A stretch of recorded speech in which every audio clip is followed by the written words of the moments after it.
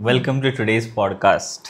आज आहे chapter 1 part 2 correct overall भाग 2. हां येस. आणि पहिल्या चॅप्टरमध्ये आपलं थोडंसं रिकॅप देऊ शकतेस का तू? थोडंसं एकदम स्लाइट. हेच होतं ब्रीफ हिस्ट्री की शहाजी महाराज कोण होते, त्यांचे जहागीर कुठले कुठले होते, मग त्यांना पुणे ही जहागीर कशी भेटली, ते कुठे आहेत, शिवाजी महाराजांचा जन्म कसा झाला, ते मोठे कसे झाले, कोणाच्या अवतीभवती ते मोठे झाले, कोणाकडनं ते शिकत होते सगळं. सो हे भाग 1 मध्ये झालंय. आणि आता भाग 1 मध्ये त्यांना जाणवलं की जे स्त्रिया आहेत आपल्या त्यांच्यावरती अत्याचार होतोय. आपल्याला जहागीर तर भेटलेली आहेत, सगळे आपल्याला राजा तर बोलत आहेत, पण राजासारखा आदेश किंवा पॉवर तर नाही आपल्या हातात. तर हे त्यांना थोडं ट्रिगर करायला लागलंय की राजा फक्त मी नावाचा आहे का, मला काही करता काही येत नाहीये. सो तिथपर्यंत ती स्टोरी होती. या भागामध्ये त्यांनी पहिला गड कसा जिंकला, दुसरा तिसरा चौथा गड कसा जिंकला, आणि जे काय काय प्रॉब्लेम्स होते जिंकत असताना, कोणाची साथ होती कोणाची नव्हती, हे सगळं आपण पाहणार आहोत या पार्ट मध्ये. Yes. So let's start by saying Jai Bhavani, Jai Shivaji, Har her Mahadev. So जसं की स्टोरी होती की ते रोहिडेश्वरला पोचले होते. रोहिडेश्वर वरतीच ते असायचे. तर तिथं शंकराचं देऊळ होतं, ते तिथं बसलेले असायचे. तर ते शांत बसलेले होते. तर त्यांचे मित्र जसं मी सांगितले की बनले होते खूप सारे, येसाजी, चिमणाजी, तानाजी, हे सगळे त्यांचे आता मित्र बनलेले होते. तर येसाजी म्हणतात काय झालं राजे, तुम्ही शांत का बसलाय. राजे म्हणतात की तेच कन्व्हर्सेशन मी थोडं लास्ट चॅप्टर पासून कंटिन्यू करते की राजा फक्त नावाचा आहे, आपल्या हातात काही पॉवर नाही की आपण काही बदलाव आणू शकतो किंवा बदलाव घडवू शकतो. तर ते बोलत असतात की त्यांनी एक्झाम्पल दिलं, जो भीमा होता लोहार मागच्या एपिसोडमध्ये, जो एका काठीने एका कोल्ह्याला मारतो. तर राजे म्हणतात की म्हणजे सगळे असे म्हणतात की आपण सामान्य, आपण काय करू शकत नाही, आपण सामान्य, पण एक सामान्य माणूस जर एका काठीने एका कोल्ह्याला मारू शकतो, जर त्याच्या हातामध्ये बरोबर हत्यार दिले तर तो काही नाही करू शकत. सो जे चिमणाजी तिथं बसलेले असतात त्यांचे मित्र ते म्हणतात की राजे तुम्ही बोलत राहात, तुम्ही असं जे बोलताय ना ते असं संगीत आहे माझ्या कानासाठी, तुम्ही फक्त बोलत राहा, छान वाटते सगळं ऐकायला. राजे म्हणतात हो, पण काहीतरी करायला पण हवं आपण ह्या सगळ्याचं. तर म्हणजे एखादा सपोज देवाचं गाणं म्हणतोय, त्याचा अर्थ हे नाही की त्याला माहिती आहे देव कुठे राहतो किंवा देव कोण आहे. तर चिमणाजी म्हणतात की पण मला तर माहिती आहे देव कुठे राहतात. महाराज म्हणतात कुठे, तुमच्यामध्ये राहतात. तर राजे म्हणतात हे सगळं बोलायला बरोबर आहे, कारण तुम्ही भोळे आहात तर तुम्हाला ते तसं वाटतं, पण ते खरं नाहीये. म्हणजे ह्याच्यामधनं हे दाखवलं गेलं की त्यांचा बॉन्ड कसा होता लोकांसोबत, लोक त्यांना किती मानायचे. अजून तर ते छत्रपती नाही झालेत, अजून ते राजेच आहेत, पण लोक त्यांना किती मानायचे. म्हणजे विचार कर, त्यांनी किती चांगली कामं केलेली होती. आणि ते सुद्धा खूप लहान वयात हे म्हणजे एकदम ते टीनेज मध्ये आहेत आता सध्या तरी. तर त्याच्यानंतर मग ते ठरवतात की बस झालं, आता आपल्याला चालू करायचंय, आता आपण कॅप्चर करायचं, आपला पहिला गड जिंकायचा आहे. तर हे येसाजी वगैरे हे सगळे लोक बसलेले असतात. हे म्हणतात की कुठून चालू करायचं, काय जिथे आहोत तिथूनच चालू करू, रोहिडेश्वर हा जो गड आहे तिथनं चालू करू आपण. पहिला गड त्यांनी रोहिडेश्वर गड हा जिंकला. तर मग सगळे थोडे असे म्हणतात की कसं करायचं, काय करायचं, थोडं प्लॅनिंग वगैरे करावी लागेल ना. आणि मग हे सगळं करत असताना त्यांच्यामध्ये जे असतात दादाजी कोंडदेव नाही, दादोजी कोंडदेव हे पुण्यामध्ये असतात. त्यांच्यासोबत असतात दादाजी नारसप्रभू. तर ते म्हणतात पण कसं शक्य, म्हणजे हे बिजापूरकर आहे, म्हणजे सगळ्यांचाच हा कन्सर्न असतो तिथे जेवढे बसले असतात की बिजापूरकर आहेत शेवटी, ते मुघल आहेत, त्यांचं मुघल सोबत त्यांनी हात मिळवला, बिजापूरकर त्यांची खूप मोठी सेना आहे, आर्मी, आपण कसं करायचं. तर मग तेव्हा राजे एक्झाम्पल देतात जे राम होते. रावण एक मोठा योगी होता, त्याच्याकडे सोन्याची लंका होती. रामाकडे काय होतं, वानर सेना होती. पण त्यांच्याकडं स्ट्रॅटेजी होता, त्यांचं इंटेन्शन करेक्ट होतं, ते जिंकले. मला असं फील येतं की नाही का हे सगळे असे बसले ते का नाही का असं झाडाखाली किंवा नाही असं हे असतं बघ हे आणि सगळे असे गप्पा मारतात आणि फिलिंग असतं. आणि ते म्हणतात की राजे म्हणतात की आपण मराठे कमी नाही आहोत, आपल्याकडे देशपांडे, देशमुख आहेत, पाटील आहेत, जहागीरदार आहेत, पॉवरफुल लोक आहेत आपल्याकडे, फक्त या सगळ्यांना एकत्र आणायचंय. आणि त्यांना तेव्हा तो पाटीलवाला इन्सिडेंट आठवतो, जो पाटीलला त्यांनी हे केलेलं असतं ना, शिक्षा दिलेली असते. जर हे लोक राजेंच्या अगेन्स्ट असते तर त्यांनी तेव्हाच निषेध केला असता, पण ते त्यांच्या अगेन्स्ट नाही, त्यांना आवडते जे राजे स्टेप घेतात. दॅट मीन्स फक्त आता राजांनी आदेश द्यायचा राहिला होता, न कळत सगळे राजांना सपोर्ट करतच होते, असं झालं. सो त्यांनी ठरवलं की ठीक आहे येसाजी, आपण तुमच्या गावाला भेटूया आणि आपण तिथं बसून आपण डिसाईड करू काय कसं करू. येसाजी यांचं गाव होतं तिथंच, ते तिथंच गेलेले असतात. आठवतं तुम्हाला जिजामाता म्हणतात की आपल्या आपण थोड्या लोकांना पाठवा तिकडे तयारी करायला. सो येसाजीच्या गावात ह्यांच्या गावात 100-150 लोक असतात. ते जातात तिथे आणि त्यांचं म्हणजे वेलकम करायला वगैरे पाटील वगैरे येतात गावात. आणि पाटील म्हणतात चला चला आमच्या वाड्यावरती राहावा, राजे तुम्ही शेवटी. म्हणजे नाही, आम्ही येसाजीचे गेस्ट आहोत, तर आम्ही त्यांच्याच घरी राहणार. पण एवढ्या छोट्या घरात राजे म्हणतात नाही नाही, आम्ही त्यांच्या घरी पाहुणे आले, आम्ही त्यांच्याच घरी राहणार. आणि जेव्हा ते एंटर करतात तेव्हा येसाजी त्यांची जी आई असते ते त्यांना ओवाळते, हे करते, पाय धुते आणि पाया पडायला जाते. तर राजांचं बघ म्हणजे त्यांचं बॉन्ड कसा असतो, ते म्हणतात की मी तुमच्यासाठी तुमचा येसाजीच आहे आणि मला आता तुमच्या आशीर्वादाची गरज आहे, त्याच्यामुळे मला तुमच्या पाया पडू द्या असं.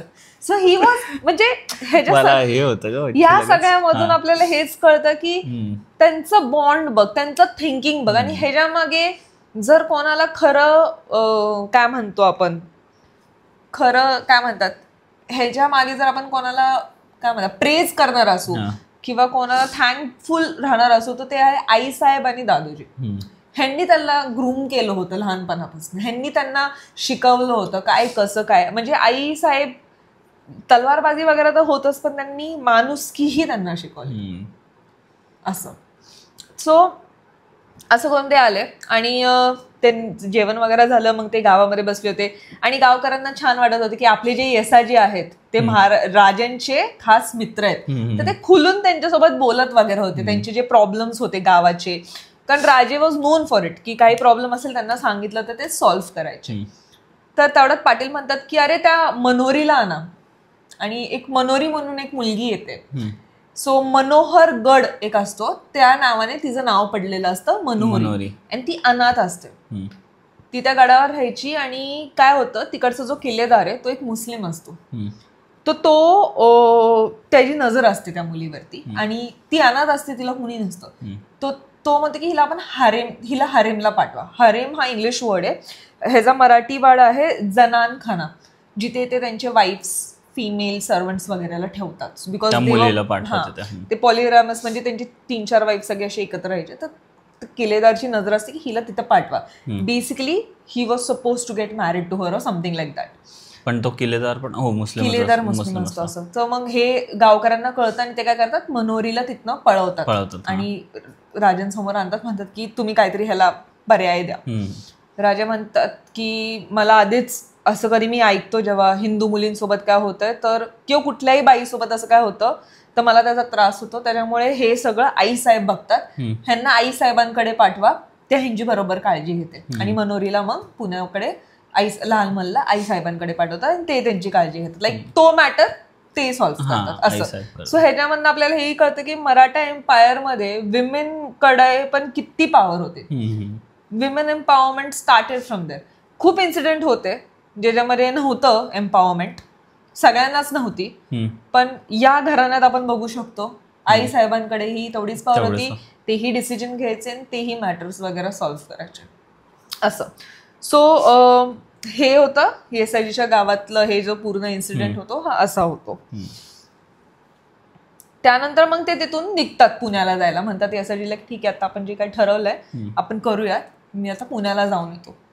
बिकॉज राजे मोठे नाही आहेत, अजूनही लहान आहेत. सो त्यांना पुण्याला जावंच लागतं किंवा नाही तर मग दादोजी आणि आईसाहेबांना काळजी वाटायला लागते. तर ते पुण्याला निघतात. पुण्याला जात असताना ते बघतात की सगळे असे गावकरी गोळा झालेले आहेत. ते म्हणतात की काय झालंय इथं, नाही का गावकरी का गोळा झालेत. आणि ते बघतात तर गायाशी एक मरून पडलेली असते. तर येसाजी वगैरे ते विचारतात काय झालं. ते म्हणतात की इथे एक वाघ आलाय आणि हे तिसरा प्रकार आहे महिन्यातला की आमची गाय मेली. मुघल येतात, ते आमचे धान्य घेऊन जातात. वाघ येतो, तो आमची गाय घेऊन जातो. आम्ही कशावर जगायचं, आम्ही काय खायचं, आम्ही कसं करायचं. आणि हे ऐकून राजांना असं होतं की ठीक आहे, आज आपण वाघाला शिकार करू, वाघाचा शिकार करू. इफ तुम्हाला आठवत असेल तर फर्स्ट भागामध्ये हे होतं की राजांना रायफल गिफ्ट केली, रायफल गिफ्ट केले. करेक्ट. जेव्हा ते बँगलोरला व्हिजिट करत होते त्यांच्या वडिलांना, त्यांच्याकडे ती रायफल होती. ते शूटिंगही त्यांना येत होतं, सगळ्यामध्ये टॉप. तर ते म्हणतात की ते एक स्ट्रॅटेजी बनवतात की वाघाने आता खाऊन पिऊन मस्त तो आराम करत असेल, भांड्यांचा आणि ढोलचा खूप सारा आवाज करून त्याला मैदानात आणायचं आणि तिथनं मग मी शूट करणार. आणि त्यांना डोकं एवढं होतं की त्यांना माहिती की माकड कसं. सो इफ तू बघितलं असेल, जर कुठे असे पक्षी वगैरे असतील किंवा माकडं आवाज करत असेल, दॅट मीन्स तिथे एक वाईल्ड अॅनिमल आहे. हे असतं असं, म्हणजे whoever studies is they know it. आणि मी हे कुठेतरी ऐकलंय, त्यांना हे सगळ्याची माहिती होती. तर ते म्हणतात गावकऱ्यांना की तुम्ही सगळे आवाज वगैरे करता, आम्ही सगळे असे लपून बसतो. ते लपून बसतात, गावकरी फुल आवाज वगैरे करतात हे ते, आणि तो बरोबर वाघ असा ते आवाजाला कंटाळून असं मध्ये येतो आणि ते हे करतात. आणि मग राजे म्हणतात की तुम्ही थांबा, मी आधी पुढे जातो भाला घेऊन, नसेल मेला तर मग मी मारतो त्या वाघाला. ते पुढे जातात, वाघ पूर्णपणे मेलेला नसतो, फक्त डॅमेज झालेला असतो. तर ते असं भाल्याने त्याला मारतात आणि वाघ मरतो तिकडे. नंतर कळतं की तो वाघ नाही, तो वाघीण असते आणि तिच्या 2 बछड्यांमुळे ती तिथे अडकलेली असते. त्यांच्या खाण्यापिण्यामुळे ती तिथे आलेली असते. आता बघा इथे पण बघ किती एम्पॅथेटिक आहे. ते म्हणतात की आपण हे जे 2 आहेत पिल्लं, ह्यांना आपण घेऊन जाऊ पुण्यामध्ये जे झू आहे, आपण त्यांना तिथे टाकून त्यांची तिथे काळजी घेऊ. निघत असताना राजे म्हणतात एका म्हाताऱ्याला की काय म्हणजे या गावाचं नाव काय. तर ते म्हणतात की 1 महिना झालाय का 1 वर्ष झालंय आम्ही इथं आलोय, इथं काय नाव वगैरे नाहीये. त्यानंतर ठीक आहे, आजपासून या गावाचं नाव वाघमार असं करून, बिकॉज इकडे वाघ मारला गेला होता. So it was called as Waghmar. Don't tell me की वाघमारे मग सगळे त्या गावात असं काय उच्चार केलेला नाही, I don't know, but Waghmar हे त्या गावाचं नाव असं करून ते पडलं. त्यानंतर मग जोपर्यंत ते पुण्याला जातात, आता हे एवढं फेमस होतो हा इन्सिडेंट, तोपर्यंत दादोजी आणि आईसाहेबांना कळतं.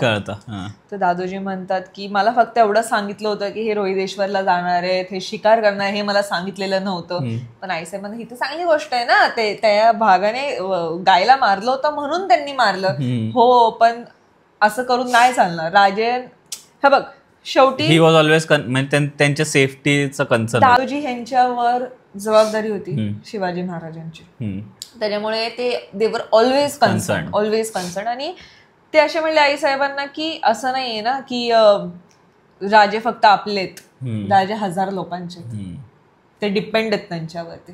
त्यांना काय झालं तर या 1000 लोकांचं काय. शेवटी बघ पुणे, इफ तुम्हाला आठवत असेल तर शहाजी राजांनी त्यांना 36 जहागीर दिले होत्या सांभाळायला. त्या 36 जहागीर मधले लोक, 12 मावळ मधले लोक हे राजांवरती डिपेंड होते. 12 मावळ आणि 36 जहागीर हे शिवाजी राजेच्या अंडर होतं. म्हणजे त्यांचं नाव लावलं होतं, सांभाळत दादोजी होते, पण त्यांच्या अंडर त्यांच्या नावाने होतं. सो जे पैसे वगैरे याचे रेव्हेन्यू तो राजांना भेटायचा.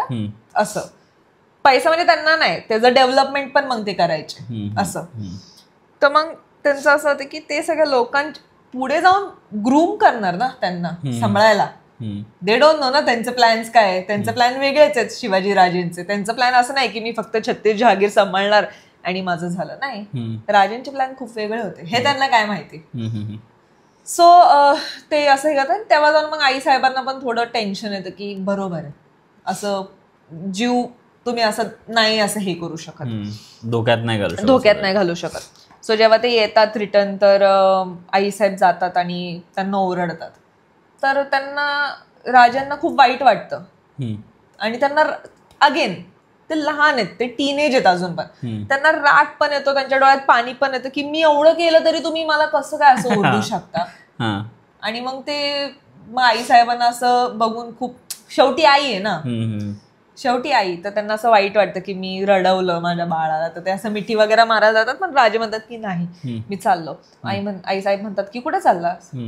तर ते म्हणतात की मी पंतांसोबत बोलायला गेलो. म्हणजे एवढा राग येऊनही, त्यांना पटलेलं नसूनही दे नो की त्यांना जाऊन माफी मागायला पाहिजे. आणि ते जातात आणि माफीही मागतात की ठीक आहे, मी नेक्स्ट टाइम जे काही करेल मी ते तुम्हाला सांगून दादोजी पंतांना. त्यानंतर मग त्या रात्री ते जेवत वगैरे नाही, कारण त्यांना ओरडलेलं असतं वगैरे राजांना. दुसऱ्या दिवशी ते आणि साईबाई म्हणजे त्यांची जी बायको असते ते अंगणात बसलेले असतात आणि ते जे 2 पिल्लं असतात त्यांच्यासोबत खेळत असतात. ते वाघाच्या पिल्लांसोबत खेळत असतात. पिल्लं असतात ना शेवटी ते. तर आईसाहेब येतात तर लगेच शिवाजी राजे असे पाठ करतात की मला नाही बोलायचं असं. तर आईसाहेब म्हणतात की अशी वेळ आली का की आता मी आल्या ती तुम्ही माझ्याकडे पाठ करणार? असंच असेल तर मी नाही राहत, फक्त मला सांगा तुम्ही जेवणार आहे का नाही, म्हणजे मला पण माझं तसं जेवायचं बघायला. त्याच्यावरनं त्यांना कळतं की मी काल जेवलो नाही तर म्हणजे आई साहेब काल जेवलं नाही. तर त्यांना पुन्हा रडायला येतं आणि मग आई म्हणते की तुम्ही राजे आहात, तुम्ही रडू शकत नाही. तर ते म्हणतात की ठीक आहे, पण म्हणजे माफी असावी, असं मी नाही करणार पुन्हा, असं तसं. आणि ते त्यांचं रिझॉल्व्ह होऊन जातं भांडण जास्त झालेलं. त्यानंतर जेव्हा जेव्हा उन्हाळा येतो तेव्हा हे खेडबारे या गडावरती जायचे. आणि खेडबारे का खेडबारे पण लिहिलेले आहेत, नाही मला नाही माहिती. खेडबारे KHEDBARE खेडबारे. सो जेव्हा जेव्हा उन्हाळ्याचा हे तिथे जायचे. उन्हाळा संपला की पुन्हा लाल पुण्याला यायचं. यावेळेस उन्हाळा असं जसं संपला, राजांना खूप उत्सुकता होते पटकन यायची, बिकॉज त्यांच्या डोक्यात ते प्लॅनिंग होतं ना एक्झिक्यूट करायचं. तर त्यांना खूप घाई होती. आणि पण आता ह्यांनी साधा एक भाग मारला होता त्यावेळेस दादोजी एवढे ओरडलं होतं. एक्झॅक्टली. गड जिंकल्यावर ते काय होईल त्यांचं, बाबा मला भीती वाटायला लागली आता. तर त्यांना ना खूप घाई होत असते. दादोजींना येतो डाऊट, हे घाई का करतात. आणि ते येतात आणि म्हणतात की मी चाललो रोहिदेश्वरला माझी अशीच फिरायला माझ्या मित्रांसोबत. आणि ते निघतात. आणि दादोजी म्हणतात आई साहेबांना की मला ना काहीतरी डाऊट येत. कारण ह्यांचे मित्र बघा कोण कोण ह्यांच्या बाजूला, बाजी, येसाजी, तानाजी, चिमणाजी. तानाजी पण आता ह्यांचे मित्र. आणि दादाजी, बाजी हे सगळे वयाने मोठे. कोणी ह्यांच्या वयाचं नाही. कुणी ब्राह्मण आहे, कुणी मार आहे, कुणी क्षत्रिय आहे, कुणी काहीतरी वेगळंच आहे, लोहार वेगळं आहे, सगळं वेगळ्या कास्ट सबकास्टचे. आणि प्रत्येक फिरतीला एक नवीन चेहरा यांच्या ग्रुपमध्ये ऍड होता. काहीतरी चाललंय ह्यांचं. आईसाहेब म्हणते नाही हो, आपली राजांची पर्सनॅलिटी अशी आहे ना की सगळे अट्रॅक्ट होतं, म्हणजे सगळ्यांना आपुलकी वाटते त्यांच्याशी.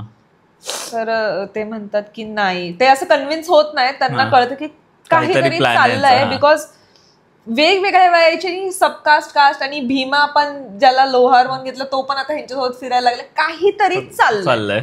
बट हिरलं की ठीक आहे बघू, कारण त्यांना सगळी खबर यायची इथून तिथून. आणि त्यांना हे पण असतं की जे आहेत दादाजी नारस प्रभू हे वयाने मोठे आहेत आणि हे सावलीसारखं राजांसोबत असतात. काय चाललंय ह्यांचं असं. सो राजांना आळंदी, जेजुरी हे अशा जागा खूप आवडायच्या. तसंच एक रोहिदेश्वर होतं, तेही त्यांना खूप आवडायचं. सो ते त्या देवळात जातात, ते तिथं बसलेले असतात. शंकराचं देवळ असतं आणि त्यांचे जे खास असतात दादाजी नारस प्रभू. सो हे सगळे बसलेले असतात देवळात, रोहिडेश्वरच्या देवळात जिथे बसलेले असतात शंकराच्या. तिथं ते पिंडीची पूजा करत असतात ते आणि दादाजी प्रभू. आणि ते म्हणतात की आता ठरलंय, आपण आज शपथ घेतोय हिंदवी स्वराजसाठी, ही आपली शपथ आहे आणि आता इथनं आपण वळायचं नाही मागं. तर तुम्ही सगळ्यांची खात्री आहे ना, असं म्हणजे नाही का. मग आपण शपथ घेतोय. आणि त्या देवळात त्यांनी शपथ घेतली हिंदवी स्वराजसाठी. आणि तिथून चालू झाला हा प्रवास. नंतर मग काय होतं, राजे वगैरे हे सगळे बसलेले असतात आणि ते भीमाला बोलवतात. म्हणतात की आपल्या तलवारचं काय झालं. त्यानंतर 50 तलवार 100 भाले तयार आहेत. त्यानंतर बाकीचे लोहार, म्हणजे ह्यांनी ऑलरेडी प्लॅनिंग झालेला असतो ह्यांच्या मित्रांच्या जेव्हा ते बसलेले असतात तेव्हा. त्यानंतर की 50 तलवार 100 भाले तयार आहेत आणि बाकीचे लोहारही तितकेच बनवत आहेत. तर मग नंतर मग होतं की आता जो गड आहे रोहिडेश्वर फोर्ट, त्याच्यात किती लोक आहेत. त्यामुळे 200 असतील, जास्त तिथे लोक नाही आहेत. त्यामुळे ठीक आहे, आणि आपण किती लोक गोळा करू शकतो. तर मग असं ते विचार करतात आणि मग काय होतं, तानाजी जे असतात, तानाजी मालुसरे, ते कन्फर्म करतात की आपण 1200 लोक गोळा केलेली आहेत. 1200 सो गडावरती आहेत 200 काय म्हणतात ते शिपाई हा, आणि आपले आहेत 1200. भीमाने सगळं मस्त तयार केले, तलवार वगैरे. राजे त्यांचं आता राजे पैसे घेऊ शकत नाही ना पुण्यामधनं. जो त्यांचा हातामध्ये कड असतो सोन्याचा, ते देतात, मग ह्याला मोडा आणि तुम्ही पैसे घ्या. भीम म्हणतात, काय म्हणता तुम्ही राजे, तुमचा कड आम्ही मोडणार, आम्ही त्याची पूजा करणार, आम्ही मोडणार नाही. आणि मग भीमा म्हणतो की आता आम्ही एवढं केलंय, मी फक्त कोल्ह्यांना मारायला नाही जन्मलोय, मला पण तुमच्यासोबत घेऊन चला. राजे म्हणतात चालेल, चल. कारण त्याचा पण एक एक्झाम्पल घेतला असता ना राजांनी की आपल्याकडे आहे चांगले लोक. इट इज डिसाइडेड देन 200 लोक गडावर, 1200 लोक रेडी. पण आता अटॅक कसं करायचं. सो असं ठरतं की किल्ल्याच्या पायथ्याशी, रोहिडेश्वरच्या किल्ल्याच्या पायथ्याशी आपण सगळ्यांनी भेटायचं. 50 कुंभार जे पॉट वगैरे बनवतात ना, कुंभार, त्यांना गोळा करतात. त्यांना म्हणतात की आधी तुम्ही वरती जावा आणि तुम्ही आतमध्ये घुसा. आणि वरची पण त्यांना खबर आलेली असते की लोक झोपलेली आहेत हे ते, आणि जास्त बिकॉज त्यावेळेस कुणी एक्सपेक्टच केलं नव्हतं की त्यांच्या अगेन्स्ट कुणी उभं राहील. जास्त काय नव्हतं, 200 लोक होते. आता सगळे कुंभार वगैरे वरती गेले होते आणि जंगलाच्या मार्गाने शिवाजी राजे, येसाजी, बाकीची चिन्हाजी वगैरे हे सगळे जाणार होते. ते पण होते. मग जसे हे आतमध्ये हळूहळू करून घुसत चालले तर शिपाई काय जास्त लक्ष देत होते, पण एका शिपाईचं लक्ष गेलं. ते म्हणले की भाई म्हणजे काय, कोण आहे तुम्ही, कुठे चाललाय. म्हणले एक लग्न आहे त्याच्यासाठी चाललंय. म्हणले कोणाचं लग्न.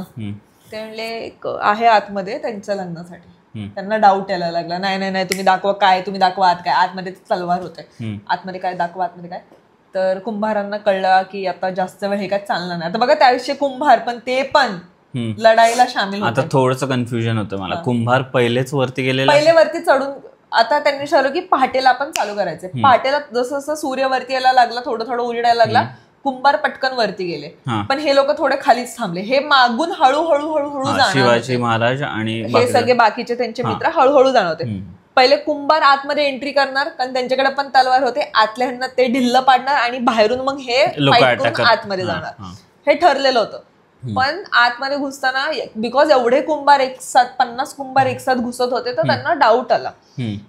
अँड ते म्हणले की नाही तुम्ही उघडा. त्यांना कळलं कुंभारांना की आता काय नाही. पण तोपर्यंत हे पण लोक थोडे जंगलाच्या मार्गाने वरती आलेले होते. त्यांनी जोरात शिट्टी मारली, हा त्यांचा सिग्नल होता, आणि त्यांनी फाईट चालू केली. इट वॉज व्हेरी ऑब्व्हियस की 1200-200 म्हणजे आपणच जिंकणार होतो. जेवढे चेकपोस्ट होते तिथे आपले लोक जाऊन थांबले. जो किल्लेदार होता तो अजूनही झोपेतच होता. तर तो असं एकदम गडबडीत बाहेर आला, काय चाललंय. त्याने पाहिले की शिवाजी राजे होते बाहेर.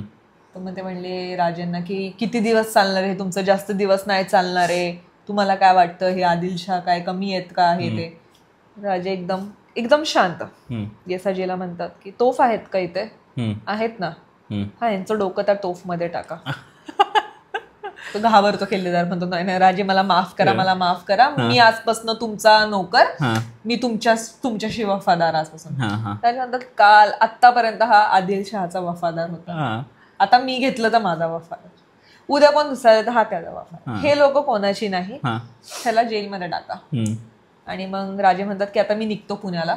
जे बाकीचे त्यांचे मित्र असतात, दादाची झाले हे ते पण आता गड कॅप्चर केला यांनी, गड कॅप्चर झालेला आहे. म्हणजे चालवायचा नाही चालवायचा आता पहिलं कसं असतं, गड घेतला मग तुम्ही बांधणी चालू करता. बिकॉज हे सगळे गड जुने झालेत आणि दे डिडंट एक्सपेक्ट की कोणी येऊन त्यांच्यावरती वॉर करतील, तर त्यांनी काय म्हणतात त्याला नीट मेंटेन नाही केलं. तर मेंटेनन्स त्याला बांधणं ह्याला सगळे लागतं. I come to it later. Okay.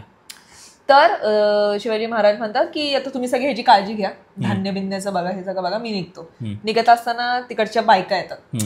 आता सायकोलॉजी बघ बायकांची, कारण प्रत्येक वॉर मध्ये, आताही कुठला वॉर असू दे किंवा आधीच्या काळातही असू दे, काही झालं तर सर्वात जास्त अफेक्ट हे बायकांनाच व्हायचं का, because of rape and other things.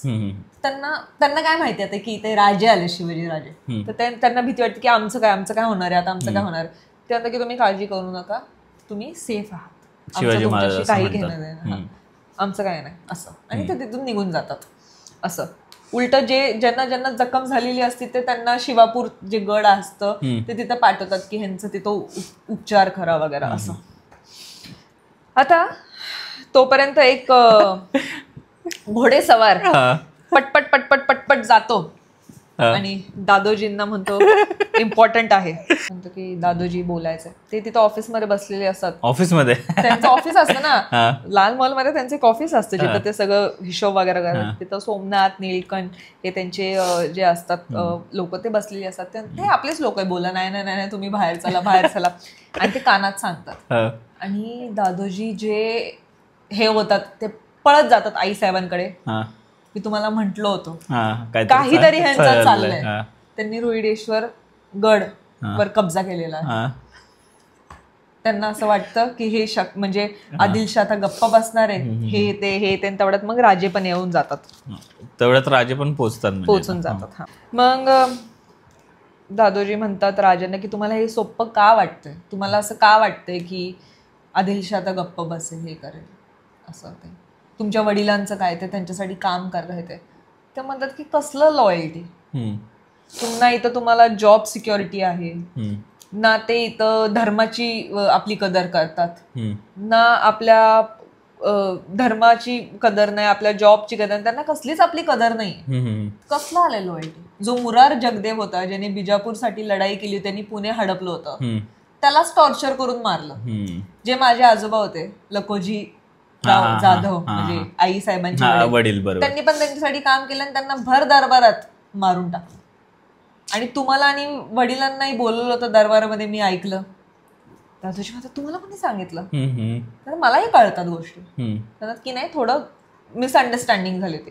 तर नाही, कसं, जर तुम्ही त्यांच्यासाठी काम करता ते तुमच्यावर विश्वास नाही ठेवू शकत, तुम्ही का लॉयल्टी दाखवायची, कधीपर्यंत आणि हे चालणार का, आणि चालवायचंय, हे सगळं ऐकून हे झालं. आणि मग पंत अगेन्स्ट मध्येच होते, बिकॉज एक टाइम होता जेव्हा शहाजी राजे जे होते त्यांनी हे रिव्हॉल्ट केलं होतं, इफ तुम्हाला आठवत असेल पहिल्या ह्याला, बट ते फेल झाले होते आणि त्यांना मग जबरदस्ती आदिलशाह सोबत काम करावं लागलं होतं. आणि पंतांना ते नव्हतं हवं, बिकॉज आता सगळं सेटल झालंय, आता आपल्याला जहागीर भेट, बिकॉज त्यांना त्या वॉर नंतर जहागीर पोझिशनला पोहोचायला खूप टाइम लागला, आणि आता सगळं आयतं भेटलंय तर ते का गमवायचं, ही भीती होती. बट राजे was made up by his mind की नाही, राजा तोच असतो जो बदला आणू शकतो, जो त्याच्या राज्यासाठी काही चांगलं करू शकतो. ओके, आता कसं झालं, पहिला गड तर जिंकला, त्याची बांधणी चालू झाली, तुम्ही लोक सोल्जर्स गोळा करताय, या सगळ्यांना पगार लागतो, किल्ला बांधायला तुम्हाला पैसे लागतात, ते येणार कुठं, काय कुठून, तर हा थोडा त्यांना टेन्शन असायचं राजांना की कुठून येणार, काय येणार. आता पण ते फेथ मध्ये होते की हे आता किती वर्षाचे बच्चे, हे 16-17 वर्षाचे आणि त्यावेळेस त्यांना एवढंच. आणि ह्याच्यामध्ये तर वय दिलेलं नाहीये, बिकॉज त्या टायमिंगला कसं असं नोट डाऊन नाही करायचं वय, बट ते टीनेज मध्येच होतं ना. हा, ते थोडं टेन्शन असायचं की यार हे पैसे कुठून येणार, कसं येणार, काय येणार. जिजाबाईंना हे जाणवलं कुठे ना कुठे की राजे शांत शांत बसायला लागलेत, काय झालंय.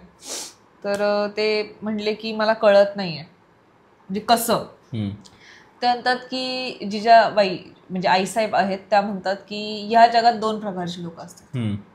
एक जे खूप स्टेडी लाईफ जगतात की जसं चाललंय तसं चाललं, नाही म्हणजे मी हरलो तर काय, मी जिंकलो तर काय, आणि तो विचार करून ते त्यांची आत्ताची स्टेप घेतात. आणि एक असे लोक असतात ज्यांना पटकन फक्त स्टेप घ्यायचे, ते ह्याचा विचार नाही करत मी जिंकणार, मी हारणार नाही, मला हे करायचंय, मी ते करणार. तसेच तुमचे वडील होते आणि तुम्ही त्यांच्यावर गेलाय, तुम्हीही तेच करताय. आता तुम्ही पाऊल घेतलंय, आता तुम्ही नका विचार करू मी हारणार का जिंकणार, मी घेतलंय पाऊल, तुम्ही चालू करा. जसं त्यांनी, आणि त्यामध्ये एक एक्झाम्पल दिलं, जे ज्ञानेश्वर महाराज होते आपले, जेव्हा त्यांनी आपल्या मराठी लोकांमध्येच गीता आणली, त्यांनीच त्यांना असं हे केलं, रिजेक्ट केलं, हे केलं, एक्सेप्ट नाही केलं. हो, पण आळंदीला आज त्यांचं देऊळ, जस्ट बिकॉज त्यांनी रिजेक्ट वगैरे केलं डझंट मीन की ते फेल झाले. त्या टायमिंगला त्यांना वाटलं असेल फेल झालं, पण नंतर लोकांनी त्यांना एक्सेप्ट केलं, त्यांचं देऊळ बांधलं. सो इट वॉज, तुम्ही आता विचार करू शकत नाही की माझ्यासाठी हे फेलियर आहे का सक्सेस, तुम्ही फक्त तुमचं काम करत जावं, हे त्यांनी असं सांगितलं. हे सगळं चालत असताना दादोजी तर अपसेट होते राजांसोबत की तुम्ही कसं केलं, आणि ते ह्यांच्यावरती अपसेट होते जे लोक त्यांच्यासोबत होते, जसं दादाजी प्रभू होते, हे सगळे ते तर वयाने मोठे होते, तर त्यांच्यावरती पण चिडली की तुम्ही तर आदिलशहासाठी काम करताय, आणि दादाजी तुमचे वडील बाबाजी ते पण आदिलशहासाठी काम करतात, त्यांचं काय, तुम्ही काय असं करताय, त्यांचं काय होईल. ते सगळ्यांचं असं त्यांच्यामध्ये आता ती आग जळली होती की आम्ही मावळे आहोत, आता आम्ही माघार घेणार नाही, जे होईल ते होईल. आणि हेच झालं की म्हणजे जेव्हा हे सगळं झालं तर आपल्या ह्याच्यामध्येही आतमध्येही काही ट्रेटर्स किंवा काय म्हणता येईल, जसं देशद्रोही एक टर्म असतो त्यावेळेसचे एक विश्वासघात करणारे लोक होते. सो या पुस्तकामध्ये ज्यांचं नाव दिलेलं आहे ते आहेत बांदल देशमुख जे होते. त्यांनी अमीन पाठवला, त्यांनी अमीन म्हणून एक व्यक्ती होता तिथं जो हे सगळं बघायचा, त्याला सांगितलं की तुमचेच लोक जे तुमच्यासाठी काम करतात ते शिवाजी राजे ह्यांना हेल्प करतात. आता बिजापूर पर्यंत ही न्यूज पोहोचली म्हणजे आतलंच कोणतरी फुटलं होतं. आणि मग दादाजी ह्यांचे वडील जे बाबाजी आहेत त्यांना न्यूज आली की तुम्हाला आत्ताच्या आत्ता यावं लागणार दरबारमध्ये, आणि त्यांना म्हणजे डेथ पेनल्टी सुनावल्या गेली होती. तर जेव्हा हे पत्र येतं, हे दादाजी कोंडदेव नाही, दादोजी कोंडदेव नाही, दादाजीचे वडील बाबाजी, जे बघ दोन कॅरेक्टर, दादोजी कोंडदेव ज्यांनी राजांना छोट्याचं मोठं केलं, आणि इथं आहे दादाजी प्रभू ज्यांनी जे शिवाजी महाराजांचे मित्र होते. हा बरोबर, सॉरी, ठीक आहे, त्यांचे वडीलही आहेत ह्याच्यामध्ये बाबाजी म्हणून. बाबाजी तर सगळे आता लालमहल मध्ये बसले दादोजी, आणि हे कारण एक पत्र आलेलं, दादोजी राजे आईसाहेब प्रभू आणि त्यांचे वडील बाबाजी हे सगळे बसलेले असतात. तर बाबाजी यांना पत्र येतं, फरमान येतं. फरमान मीन्स रॉयल पत्र, जे बिजापूरकडनं येतं की जे फुटलेले असतात बांदल देशमुख त्यांनी सांगितलेलं असतं की तुमचे लोक शिवाजी राजांना मदत करतायत. तर ते म्हणतात की तुम्हाला आता पनिशमेंट भेटणार आहे, डेथ पेनल्टी, तुम्ही लवकरात लवकर दरबारात या. करेक्ट. तर राजे कॅज्युअली घेतात, म्हणतात की आता तुम्हाला डेथ पेनल्टी, आता जावा तुम्ही, काय आता डेथ पेनल्टी. तर दादोजी चिडतात की हे काय तुम्हाला मस्करी वाटते का, हा दादोजी पंत चिडतात, पंत बोलू आपण, पंत चिडतात की तुम्हाला ही सगळी मस्करी वाटते का, असं कसं तुम्ही बोलू शकता, असं कसं. ते म्हणतात की तर काय करू शकतो आपण, काय करू तात्पुरतं, कारण आपण सापाच्या शेपटीवर पाय दिलाय, साप येऊन आपल्याला आता कधी डसणार, स्पीड आता आपल्याला खूप मॅटर करते, पटपट पटपट आपल्याला बाकीचे गड जिंकावे लागतील. तात्पुरतं त्यांना थोडं चकमा देण्यासाठी काय करू, बाबाजी तुम्ही त्यांना पत्र पाठवा की जे त्यांनी ऐकले ते खोटं आहे आणि तसं काही झालेलं नाहीये. मी इथनं पत्र पाठवतो की जे गड होते त्याला सिक्युरिटी नव्हती, त्याला बांधकामाची गरज होती, म्हणून मी आता ते तात्पुरतं सांभाळायला घेतलंय. असं करून आपल्याला थोडा टाइम भेटेल आणि त्या टाइम मध्ये आपण बाकीचे गड कॅप्चर करूया. सो असं ठरतं. पण पंत खुश नसतात, पंतांना काळजी असते की काय, आणि या टाइम मध्ये त्यांनी शहाजी महाराजांना पत्रही लिहून पाठवलेलं असतं बँगलोरला की राजे असं असं करत आहे, बिकॉज त्यांच्या ती जबाबदारी असते ना, आणि वडिलांना तर माहितीच पाहिजे. अजून त्यांचा काही रिप्लाय आलेला नसतो आणि हे शिवाजी राजांना माहिती आहे. सो शिवाजी राजे की त्यांना काळजी असती ना किंवा त्यांना हे आवडत असतं तर त्यांनी कधीच पत्र पाठवलं असतं, बट बिकॉज त्यांना काहीच प्रॉब्लेम नाही म्हणून त्यांनी अजूनही काहीच पत्र पाठवलं. एकच पत्र आलेलं असतं की राजांची काळजी घ्या, एवढंच. सो असा इन्सिडेंट होतो. पण पंत काही खुश नसतात आणि राजे असं चिडतात की पंत ठीक आहे, तुम्हाला माझ्यावर विश्वास नाहीये, पण तुम्ही बघा ना, जेव्हा म्हणजे ज्ञानेश्वर माऊलींचं त्यांनी मग एक्झाम्पल दिलं, पुन्हा रामाचं एक्झाम्पल दिलं, कृष्णाचं एक्झाम्पल दिलं, तर मग पंत म्हणतात अरे पण ते देव आहेत, तो देवांचं मला कसं काय उदाहरण देऊ शकतो, ते देव आहेत.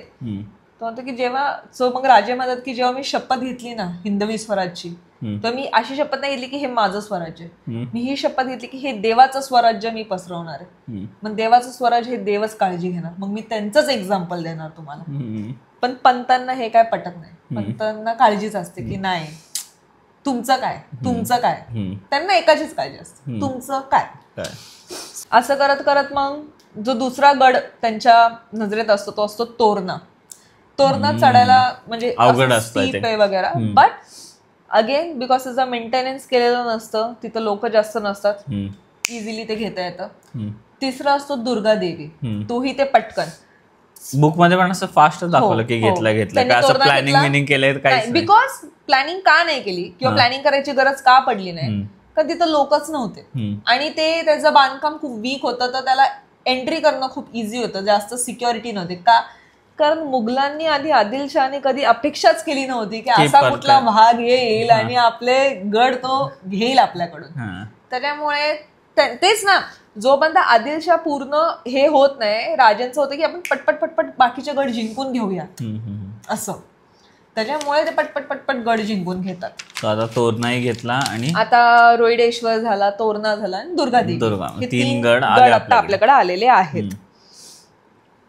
आता थोडं emotional part also start. So आता कारण बाबाजींच्या मागे आदिलशाहची फौज लागू शकते, तर ते बाबाजींना म्हणतात तुम्ही लाल महल मध्ये राहावा, पुण्याला राहावा, आमच्या सोबत राहावा. बाबाजी तिथं राहतात आणि दादाजी खूप प्राऊड असतात त्यांचे पुत्र की वा माझे वडील आमच्यावर म्हणजे एक्सेप्ट केलं. असं नाही की नाही काय गरज आहे असं तसं नाही. सो लाईक ते वर रेडी ना की डेथ पेनल्टी मी आता माफी नाही मागणार त्या लोकांची. Is very proud. सो एकदा मग ते असे बसलेले असतात. मग पुन्हा तेच आणि ते सगळे प्रॉब्लेम्स तर चालूच असतात, फायनान्शियल प्रॉब्लेम्स. आता 3 गड आहेत आपल्याकडे. एका गडची बांधकामी करायला प्रॉब्लेम येत होता. 3 गडची बांधकामी करायची. जे मावळ होते ते, आता मावळ हा टर्म कुठून आला मी सांगते. मावळ इज अ रिजन जे सह्याद्रीच्या पूर्व बाजूला, सह्याद्रीच्या ईस्ट बाजूला मावळ रिजन आहे. तिकडून हे सोल्जर झाले म्हणून ते स्वतःला मावळे असे म्हणायला लागले. तर हा मावळे हा टर्म आला. पण त्यांना पण सॅलरी लागायची. आता लॉयल्टी आहे पण पोट ही गोष्ट आहे ना, तर त्यांचे पगार हे ते. तर दादोजींनी कुठे ना कुठे एक्सेप्ट केले की आता हा आपला वाहक काय थांबणार नाहीये. पण ते सपोर्टही करत नव्हते आणि ते नेगेटिव्हही बोलत नव्हते. कारण लास्ट टाइम जेव्हा राजे चिडले की तुम्हाला मला साथ नाही द्यायचं, साथ देऊ नका पण मला दाबू नका असं. सो दादोजी त्यापासून शांत झाले. पण दादोजी बिकॉज ते पॉलिटिक्स मध्ये होते तर त्यांनी डायलॉगही मारले, ह्याच्यामध्ये लिहिलंय. शिवाजी महाराजांना मध्ये म्हणतात तुम्हाला आत्ता मिशी यायला लागली, माझे केस पांढरे झालेत, मला माहिती आहे पॉलिटिक्स बद्दल. तेव्हा मग ते म्हणतात की मी हे खूप वेळा ऐकलंय, मला हे पुन्हा नाही ऐकायचंय, मला विश्वास आहे माझ्या देवावरती, मी करणार. सो या पूर्ण ह्याच्यामध्ये ना राजांचा विश्वास हा देवावर कायम होता आणि आई साहेबांचा त्यांना पाठिंबा होता. त्यामुळे ते नेहमी पुढे गेले. सो आता पैसे येणार कुठून, पगार करायची कुठून, गड बांधायची कुठून. आई साहेब म्हणतात की माझे थोडे दागिने आहेत आणि भांडी आहेत, आपण ती मोडू. तर राजा म्हणतात एवढूशा पैशाने जर झालं असतं तर आईसाहेब मी स्वतःहून तुम्हाला मागायला आलं असतं, पण एवढूशा पैशाने नाही होणार. आणि दोघांना तर झोप नाही की करायचं कसं. तोरणाची बांधकामी थांबवली कारण पैसेच नाही, आणायचे कुठून. आणि असे 1-2 दिवस जातात, त्यांना रात्रीची झोप नाही, हे नाही. एक दिवस अचानक तानाजी मालुसरे येतात आणि ते खुश असतात खूप. त्यांना तर राजे त्यांना काय झाले, त्यांना जो आपण एक किल्ला घेतला होता त्याच्यामध्ये लपवलेला खजिना भेटलाय. कुठला किल्ला ते आता ह्याच्यामध्ये मेन्शन नाही केलंय, बट एका किल्ल्यामध्ये मे बी तोरणाच असेल मला असं वाटतंय, कारण तोरणा थोडा मोठा आहे आय थिंक ना. तर लपवलेला खजिना भेटलाय, त्याच्यामध्ये खूप सोन्याचे दागिने वगैरे आहेत. आपलं सगळं आता सॉल्व्ह होईल. आणि आतमध्ये आईसाहेब रामायण वाचत बसलेले असतात सईबाई सोबत आणि जातात राजे खुशून. तर आईसाहेब पण म्हणतात की मला रात्रभर झोप आली नाही, तुमच्याकडे बघून वाटते तुम्हाला पण झोप आली नाही, तर तुम्ही खुश का आहात. म्हणतात की तानाजी न्यूज घेऊन आलेत की खजिना भेटला आपल्याला. आणि आईसाहेबांना पण, आणि इथे सगळ्यांना असं वाटतं की एवढ्या प्रॉब्लेम मध्येही आपल्याला सोल्युशन भेटते म्हणजे नक्कीच आपल्या पाठीशी देव आहे. तर तेव्हा जगदंबा ह्या देवीचा उच्चार खूप वेळा आहे की जगदंबाचा आपल्याला साथ आहे, हर हर महादेव म्हणजे शिव भगवानचा आपल्याला साथ आहे असं म्हणजे आहे बघ ना. बिकॉज एवढे प्रॉब्लेम्स आहेत, तुम्ही लिटरली एका गडाचं बांधणी थांबवता कारण पैसे नाही तुमच्याकडे आणि तुम्हाला खजिना भेटतो आउट ऑफ नोवेअर. मग राजे म्हणतात, इथं बघा आता राजे आणि तानाजी ह्यांचा बॉन्ड बघ कसा इथं बिल्ड होतो. राजे म्हणतात तानाजींना की जावा ना तुम्ही घेऊन या खजिना. म्हणतात नाही राजे, खजिना खूप आहे, खूप सोनं आहे, तुम्ही या, तुम्ही मोजा हे करा आणि मग तुम्ही घेऊन या. त्यानंतर की मला तुमच्यावर पूर्ण विश्वास आहे, तसं टाइप्स मध्ये मला तुमच्यावर पूर्ण विश्वास आहे, अजून थोडे शिपाई घेऊन जावा आणि तुम्ही ते घेऊन यावा, मला तुमच्यावर पूर्ण विश्वास आहे. आणि तसा असंच करून तो बॉन्ड बनतो ना. आपल्याला सगळ्यांना माहिती तानाजी मालुसरे आणि शिवाजी राजेंचा बॉन्ड कसा होता. So that's how it was. असं करून त्यांचा बॉन्ड बनला आणि मग ते येता मग पुन्हा सगळं बांधणी वगैरे चालू होते, हे होते, तोरणागडाची बांधणी चालू सगळे. म्हणजे सगळं आता सुरळीत होऊन जातं. सो सगळे गड आता बांधून झाले, सगळ्यांची सिक्युरिटी वाढलेली आहे, स्ट्रॉंग केलेले, जे पायवाट वगैरे होते ते बंद करून टाकले त्यांनी, त्यांची सिक्रेट वाट वगैरे. सो पुन्हा कॅप्चर करणं गड आता थोडं अवघड झालं असतं आदिलशहाला. त्यानंतर मग ते आणि फिरतीवर असायचे, कधी या गडावर कधी त्या गडावर, असं करत करत मग ते एक दिवशी पुण्यामध्ये बसलेले असतात लाल महल मध्ये, शिवाजी महाराज. येस. सो आईसाहेब येतात आणि म्हणतात की आता काय झालं, आता तर सगळंच झालं सॉल्व्ह, मग आता काय तुम्हाला टेन्शन आहे. ते म्हणतात की दुश्मन बाहेर तर आहेतच, पण आपल्या आतमध्ये पण दुश्मन, त्यांचं काय करायचं. आईसाहेब म्हणतात कोण, ते म्हणतात मुधोजीराव निंबाळकर ना, हा, म्हणतात मुधोजीराव निंबाळकर, सईबाईचे वडील निंबाळकर, आठवतं तुला, ज्यांचं फलटण असतं. हा, पण ते कसे काय दुश्मन. हा, ते कसे काय दुश्मन, तेच म्हणताय. एव्हरी वन इयर हे सगळे काम करतात आदिलशहासाठी. ऑलरेडी निंबाळकर ह्यांना आदिलशहाने कॅप्चर केलेलं असतं, शहाजीराजे त्यांना सोडून आणतात आणि माफी मागून त्यांना पुन्हा फलटण भेटतं. बरोबर, करेक्ट. आता निंबाळकर जे आहेत त्यांना पुन्हा काळजी की पुन्हा जर आदिलशहाला कळलं की शिवाजीराजे हे माझे जावई आहेत तर माझ्याकडनं फलटण घेतील आणि मला पुन्हा ते टॉर्चर करतील, मला ते नकोय, तर ते जात असतात सांगायला बिजापूरला की माझा काही संबंध नाही. आणि दे वर ऑल्सो की मी रिव्हॉल्ट करायला शिवाजीराजे त्यांच्या मावळ्यांच्या अगेन्स्ट तयार आहे टू सिक्युअर हिज सेफ्टी. आणि त्याच्यामध्ये त्यांची काही चूक नाही, कारण त्यांच्यासोबत ऑलरेडी ते एकदा झालं, त्यांना प्रत्येक जण आपापलं बघत असतं, त्यांना आणि ते फलटण जे लोक आहेत त्यांच्या राज्याला त्यांना ते भोगायचं नसतं. तर मग जिजाबाई आईसाहेब म्हणतात मग आता काय करणार तुम्ही, काय आता त्यांना आता काही म्हणजे काहीतरी करावं लागेल ना आपल्याला. आईसाहेबांना फ्लॅशबॅक होतो, जाधव आणि भोसल्यांमध्ये अशीच भांडण झालेली होती, तर निंबाळकर आणि भोसलेमध्ये आता भांडण, ते चिडतात राजांवरती, म्हणतात राजे तुम्ही हे विसरू नका की ते सईबाईचे वडील आहेत, जे माझ्या वडिलांमध्ये माझ्या नवऱ्यामध्ये जे होतं ते मला नाही वाटत की सईबाईची पण इच्छा असली की ते पुन्हा रिपीट व्हावं. सो ते आपल्याला नाही करायचंय, तुम्ही जावा त्यांच्याशी नीट बोला. आईसाहेबचा आदेश. राजे म्हणतात ठीक आहे. राजे निघतात आणि फलटणला पोहोचतात, तोपर्यंत तिथनं निंबाळकर निघालेले असतात, कारण त्यांना वाटतं की हे त्यांना कॅप्चर करायला. पण मग राजे तिथं बसतात आणि म्हणतात येसाजी त्यांचे जे लोक असतात त्यांना म्हणतात की जावा त्यांना पकडून आणा, म्हणजे असेल इथं तिथं पकडून आणा म्हणजे शोधून आणा. सो येसाजी जातात आणि ते भेटतात लगेच, 300 का 3000 मीटर वरतीच असतात निंबाळकर, त्यांना घेऊन येतात. तर राजे म्हणतात की काय झालं, तुम्ही बिजापूरला चाललो होता तक्रार करायला, तर तुम्ही पुण्यालाच यायचं, लांब थोडी पुणे बिजापूरपासून, यायचं पुण्यालाच तक्रार करायची ना माझी. मग निंबाळकर म्हणतात की बघा राजे, माझ्यासोबत आधीही सगळं झालंय, मला ते पुन्हा नाही घडवायचंय, इकडे लोक आहेत त्यांना पुन्हा हा त्रास होता कामा नाही, म्हणून मी चाललो. तर राजे म्हणतात की पण हाच प्रॉब्लेम आहे ना आपल्या मराठ्यांचा, एखादा मराठी माणूस काय करतोय तुम्ही त्याला साथ द्या ना, नाही द्यायची साथ तर काहीच करू नका. तर पण जर तुम्ही आम्हाला तुमच्यातला मानता राजे, तर तुम्ही येऊन मला मदत का नाही मागितली. तर राजे म्हणतात अहो पण दादोजी आणि आई साहेबांना देखील माहिती नव्हतं की मी गड जिंकणार आहे किंवा मी हे गड जिंकणार नाही, हे सगळं माझ्या डोक्यात चाललंय, तर मी तुम्हाला कसं सांगणार. आणि हाच तो मुद्दा आहे ना, आदिलशहाने तुम्हाला एवढा त्रास दिला आणि तुम्हाला माझ्या वडिलांनी सोडवलं, तरी तुम्ही आज जाऊन आदिलशहासाठी काम करताय. माझ्याकडनं ही छोटी चूक झाली की मी तुम्हाला सांगितलं नाही तर तुम्ही लगेच माझी तक्रार करायला चालला, मला तुम्ही माफ नाही करू शकत. मग हे सगळं ऐकतात जेव्हा निंबाळकर, त्यांना असं होतं की ठीक आहे, राजांच्या आईंना आणि दादोजींनाही माहिती नव्हतं तर मी तर लांबचा माणूस आहे, आणि बरोबर आहे आदिलशहाने आपल्याला एवढा त्रास दिला तरी आपण आज त्याच्यासाठीच काम करतोय, हे तर मराठीच आहेत ना, मराठाच आहे ना, मराठाच एम्पायर बनणार आहे ना, का आपण साथ नाही द्यायची. साथ नाही देता काम आहे तर मग आपण दुश्मनी तरी का करायची, दगाबाजी तरी का करायची. त्यांना मग वाईट वाटतं, दादा की मला माफ करा, मी असं नव्हतं करायला पाहिजे. त्यांना ठीक आहे आता आम्ही निघतो. त्यांना नाही तुम्ही राहावा, रात्र झाली. त्यांना नाही आमची आईसाहेब काय खाणार नाही आणि तुमच्या मुलीलाही तिथे काळजी असेल की काय झालं, एक काम करा तुम्ही आमच्यासोबत चला, म्हणजे त्यांना असं हे पटेल की काही झालेलं नाहीये. मग ते घेऊन येतात आणि जसं ते पोचतात निंबाळकर लगेच आईसाहेबांच्या पाया पडतात आणि आईसाहेब म्हणतात की तुम्ही माझ्या पाया का पडता, तुम्ही माझ्यापेक्षा मोठे आहात. म्हणतात पण आज कसं आहे, आता राजांच्या मी पाया पडू शकत नाही कारण ते माझ्यापेक्षा लहान तर आहेतच, पण तुम्ही त्यांना मोठं केलंय तर मी तुमच्या तर पाया पडू शकतो असं. आणि त्यांना ते पटतं. असं करून ते हळूहळू ना सगळ्या लोकांना असं गोळा करतात त्यांच्या ह्याच्यामध्ये.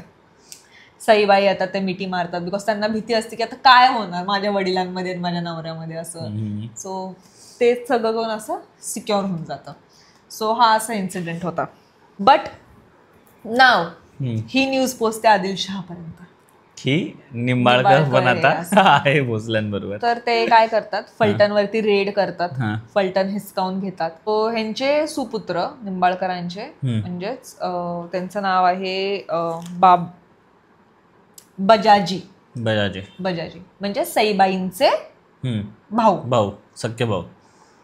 तर फलटणला रेड करतात, फलटण हिसकावून घेतात, बजाजीला किडनॅप करतात आणि फोर्सफुली कन्वर्ट करायला होतं त्यांना इस्लाममध्ये. आणि इस्लाममध्ये त्यांना कन्वर्ट करतात आणि त्यांची जी मुलगी आदिलशाची जी मुलगी आहे त्यासोबत लग्न लावून देतात, जस्ट टू शो की शिवाजी राजे जे आहेत त्यांची बायको आहे त्यांचा सक्का भाऊ एक मुसलमान आहे हे असं दाखवण्यासाठी त्याला जबरदस्ती कन्वर्ट करतात. हे ऐकून सईबाईंना खूप दुःख होतं की माझा भावासोबत असं का होतंय असं, आणि ते खूप रडतात. आणि राजे म्हणतात की जोपर्यंत मी त्यांना रिटर्न आणणार नाही मी शांत बसणार नाही. आणि जरी ते कन्वर्ट झाले असतील इस्लाममध्ये तरी ते आपले नाही असं कुठे लिहिलंय, आपल्या धर्मात लिहिलंय की आपण कोणाला कन्वर्ट करू शकत नाही. ह्याच्यामुळे खूप लोक आजही सफर करतात, ज्यांना कन्वर्ट केलेलं ते पुन्हा रिकन्वर्ट नाही होत. म्हणजे नव्हतं आपल्या धर्मांमध्ये आपण असं अलाउड, म्हणजे not allowed or not, we don't preach conversion. कोणी हिंदू होऊ नाही शकत असं होऊ शकतं तुमच्यावरती, बट आपल्या ह्याच्यामध्ये कोणी प्रीच करत नाही की तुम्ही कन्वर्ट व्हा, कधीच नाही. त्याच्यामुळे आय डोंट थिंक सो कुणी असं जे इस्लाम म्हणजे मराठामधनं इस्लाममधनं मराठा असं आय डोंट थिंक सो मी कधी ऐकलं. त्याच्यामध्ये खूप आपल्या लोकांनी सफर केलंय, जे कन्वर्ट, ज्यांना जबरदस्ती कन्वर्ट केले त्यांना पुन्हा कन्वर्ट आहे. पण मी शांत बसणार नाही जोपर्यंत मी बजाजी ह्यांना आणत नाही, तुम्ही काळजी करू नका. सो आता बघितलं गेलं तर ऑफिशियली थोडा वॉर चालू झालेला आहे. फोर्सफुल कन्वर्जन हे त्यांचे जे असतात हे बार्बरिक ऍक्ट त्यांनी ते चालू केलेच राजांच्या अगेन्स्ट. सो आणि हे सगळं होत असताना दादोजींचं इथं वय वाढत चाललं होतं. दादोजी कोंडदेव हे म्हातारे होत चालले होते. दादोजी कोंडदेव पंत म्हातारे होत चालले होते, ओल्ड होत चालले होते. आणि त्यांना ना खूप काळजी होती राजांची. आणि त्यांना ना रात्री झोपताना असं आठवायचं की कसे ते पुण्याला आले होते राजे आणि आईसाहेबांना घेऊन गडावरनं शिवनेरीवरनं, आणि कसं त्यांनी पुणे बांधलं, मग कसे ते राजांना खांद्यावर घेऊन फिरवायचे, पुणे बांधत होते, कारण पुणे स्क्रॅच पासून बांधावं लागलं होतं हे ते. त्यांना ते आठवायचे आणि त्यांना नाईटमेअर पण यायचे. असे उठायचे ते ओरडत की माझी काही चूक नाही असं ओरडून उठायचे. त्यांची बायको गंगाबाई ही त्यांच्यासोबत नव्हती तेव्हा. तर हे सगळं होत असताना नेक्स्ट डे मग काय होतं, ते बोलवतात राजांना आणि म्हणतात की राजे हे 12 मावळ आहेत, हे त्यांचे हे रिपोर्ट्स वगैरे आहेत, तुम्हाला माहिती असायला पाहिजे कुठनं किती पैसे आले काय. राजा म्हणतात तुम्ही असं का सांगताय मला सगळे, माझ्याकडे आता माहित नाही मला किती दिवस राहिलेत. मग ते राजांना हिट होते की तुम्ही असं बोलू नका, असं काय नाही होणार हे ते. मग जेव्हा पण राजे फिरायला वगैरे जायचे त्यांना एक काठी घेऊन येतात त्यांच्यासाठी, दादोजींसाठी, की तुम्ही ही काठी वापरा. दादोजी मग सटली असं एक टॉन्ट मारतात की काठीची नाही, मला मुलाच्या साथीची गरज आहे. कारण ते मुलगाच झाला ना, लहानपणापासून त्यांनीच त्याला वाढवलं, मुलापेक्षा कमी नसतात राजे त्यांच्यासाठी. आणि नंतर काय होतं, हे सगळे बसलेले असतात आणि अचानक आवाज येतो की लवकर या दादोजींच्या खोलीमध्ये लवकर या. सगळे पळत जातात आणि ते असे पडलेले असतात, म्हणजे असे बेडवर असतात. आणि राजे म्हणतात की पटकन वैद्यांना घेऊन या. तर ते म्हणतात नाही आता घेऊन नका येऊ कोणाला, थांबा येते. आणि आईसाहेब म्हणतात की ह्यांनी विष तर नाही ना पिलं. आणि शिवाजी राजे म्हणतात दादोजी तुम्ही विष पिला. दादोजी म्हणतात हो, म्हणून आता वैद्यांना बोलून काही फायदा नाही. का पण? सो दादोजी आता ही स्टोरी सांगतात राजांना आणि म्हणतात की माझ्याकडे जास्त वेळ नाही तर तुम्ही ऐका माझं, मला काय म्हणायचं. ते म्हणतात की जेव्हा मी बँगलोरवरनं तुम्हाला घेऊन, म्हणजे जेव्हा मी बँगलोरमधनं आलो, तुम्हाला भेटलो आणि तुम्हाला पुण्याला घेऊन आलो, तेव्हा मला शहाजी राजे यांनी सांगितलं होतं की मी माझा खजिना तुम्हाला देतोय, त्याला नीट सांभाळा, तुम्ही खजिना आहात राजांचा, आणि तुम्हाला जर उद्या काही झालं तर मी माफ करू शकणार नाही स्वतःला. आणि काय तुला नाही होतं का जरा? तर त्यांचं असं होतं की मी आता जवान नाही राहिलो ना, की मी वॉरला जाईल तुमच्यासोबत, हे करेल, मला ते जमणार नाही आणि मला खूप भीती वाटते फेलियरची. त्यांना नाईटमेअर्स पण येत असतात ना, मला हारची भीती वाटते. राजे म्हणतात पण तुम्हीच तर मला सांगितले की हार जरी आले तरी त्याला गर्वाने स्वीकारायचं. त्यानंतर ती हार वेगळी, उद्या जर मी तुम्हाला गमावलं तर ती हार मी घेऊ शकणार नाही, आणि त्या हारीपेक्षा मी मेलेलो बरं, असं. त्याच्यामुळे ते विश होतात. आणि राजांना असं होतं की जर तुम्ही मला सांगितलं असतं ना की तुम्हाला हे सगळं नकोय, जे हिंदवी स्वराज मी माझ्या हाताने बांधले ते मी माझ्या हाताने संपवलं असतं तुमच्यासाठी. त्यांचा बॉन्ड बघ, बिकॉज त्यांनी लहानपणापासून त्यांना वाढवलेलं असतं, ते वडील सारखे असतात त्यांना. तर ते म्हणतात की तुम्ही मला सांगितलं असतं तर मी माझ्या हाताने ते सगळं सोडलं असतं, तोडलं असतं, म्हणजे नसतं केलं मी काय. त्यानंतर पण त्यानंतर घे बघा, तुमच्या वडिलांनी ते केलं, शहाजीराजांनीही केलं होतं रिव्हॉल्ट, ते हारले. तुमचं आता मला माहित नाही काय होणार. जर तुम्ही जिंकला, जर तुम्ही यशस्वी झाला तर पिढ्यानपिढ्या तुम्हाला लक्षात ठेवेल, जे आपण सगळे बघतोच. पण जर तुम्ही हारलात तर लोक काही नाव देऊ शकतात तुम्हाला, आणि मला ते नाही हे होणार. त्याच्यामुळे माझ्यामध्ये इतकी ताकद नाहीये की मी ते सगळं सहन करू हे कर. त्याच्यामुळे हे सगळं असं ते म्हणतात की आई साहेबांना तर गंगाजळ आणि तुलसी घेऊन या, माझ्या तोंडात ठेवून मी हे करतो. राजेही रडत असतात, म्हणजे असं त्यांच्या छातीवर डोकं ठेवून ते रडत असतात, कारण वडीलधारे शेवटी त्यांनी त्यांना वाढवलंय, सगळं शिकवलंय. आणि पंत बघा तेव्हा पण की देवांनाही द्वेष होईल की मला राजांचे अश्रू दिसले पण त्यांना नाही दिसले, ते जे झोपलं होतं. पंत म्हणतात की देवांनाही द्वेष होईल, जेलसी होईल की मला राजांचे अश्रू दिसले पण त्यांना दिसले नाही. म्हणजे मी किती कमावलंय, मी किती पुण्य, म्हणजे किती पुण्य कमावलंय मी. आणि असं करून ते शेवटचा श्वास घेतात. पेपर आणतोय तर झोन मध्ये गेल्यावरती एकदा हे होऊन जातं. सो इथपर्यंतच आहे हा पहिला भाग, ज्याच्यामध्ये राजांनी 3 आणि कट शॉट टू हे आधी. सो ह्याच्यामध्ये राजांना 4था गडही जिंकायचा असतो, जो असतो कोंढाणा. त्याचंही प्रिपरेशन चालू असतं. सो 3 गड बांधून झाले, त्यांचं म्हणजे पैसे जमा झाले आता, आणि आता 4था गड कोंढाणा च्या पण मार्गी ते लागलेले असतात. ओके. सो 4था नाही, सॉरी 5वा गड असतो हा. 4था कुठला असतो? 4था गड रोहिडा. सो पहिला रोहिडेश्वर असतो, दुसरा तोरणा, तिसरा दुर्गादेवी, 4था रोहिडा. 3 रोहिडेश्वर एक गड वेगळा आहे आणि रोहिदा नंतर त्यांची नजर असते कोंढाण्यावर. आय थिंक तेव्हा कोंढाण्याचं आपल्याला ऐकायला भेटेल, बिकॉज स्टोरी माहिती असेल, आधी लग्न कोंढाण्याचं, मग आमच्या जे ताराजी मालुसरे यांचं आहे आपल्याला ऑलरेडी माहिती आहे, पण ते नेक्स्ट चॅप्टर मध्ये येईल. पण ह्याच्यामध्ये यायचे की पहिले जे 3-4 गड त्यांनी जिंकले, फास्ट मध्ये जिंकले. सो जास्त ह्याच्यामध्ये डिटेल नाहीये, पहिल्या गडाबद्दल डिटेल आहे. कोंढाणावरती आता त्यांचं लक्ष आहे, कसं ते लोकांना गोळा करत आहे. आणि दादोजी पंत ह्यांनी आपला निरोप घेतला आहे या भागात. आणि पुढच्या एपिसोडमध्ये आपण आता ऑफिशियली चॅप्टर 2 जो आहे, भाग 2 तो स्टार्ट करणार. येस. सो तुझं काय म्हणणं, तुला काय वाटतंय ओव्हरऑल या भाग 2 बद्दल, चॅप्टर 1 भाग 2 बद्दल? माझं तर असंच आहे बच्चे की नाही का, म्हणजे तू जसं सांगत असते ना त्यावेळेस मी इमॅजिन करत असतो त्या गोष्टी, मग मला त्या असं फील व्हायला लागतात. जसं तू सांगितलंस की राजे आणि बाकीचे सगळे लोक बसले, तर मी लगेच असं इमॅजिन करत होतो की ते नाही का असा एक झाड असेल, झाडाला असा उंबरठा असेल आणि सगळे मित्र बसले तिथे डिस्कस, म्हणून ते एवढं असं फील व्हायला लागतं ना. तर माझं पण असंच, माझं असं म्हणणं नाही आहे की, पण तुम्ही पण असं जेव्हा लक्ष देऊन ऐकाल हा पॉडकास्ट तेव्हा एकदम पूर्ण त्याच्यात घुसून ऐका. माझं एवढंच म्हणजे तुम्हाला फील होतील गोष्टी की बाबा की काय चाललंय काय नाही चाललंय, त्यांचं लाईफ कसं होतं, आणि एक इन्स्पिरेशन मिळेल मोस्टली सगळ्यांनाच. सो हा होता भाग दुसरा. पुढे चॅप्टर 2 चे 2 भाग असतील, कॉज मोठा आहे तो भाग. So thank you for watching. पुन्हा भेटू आपण पुढच्या आठवड्यात. Like, share and subscribe. हर हर महादेव.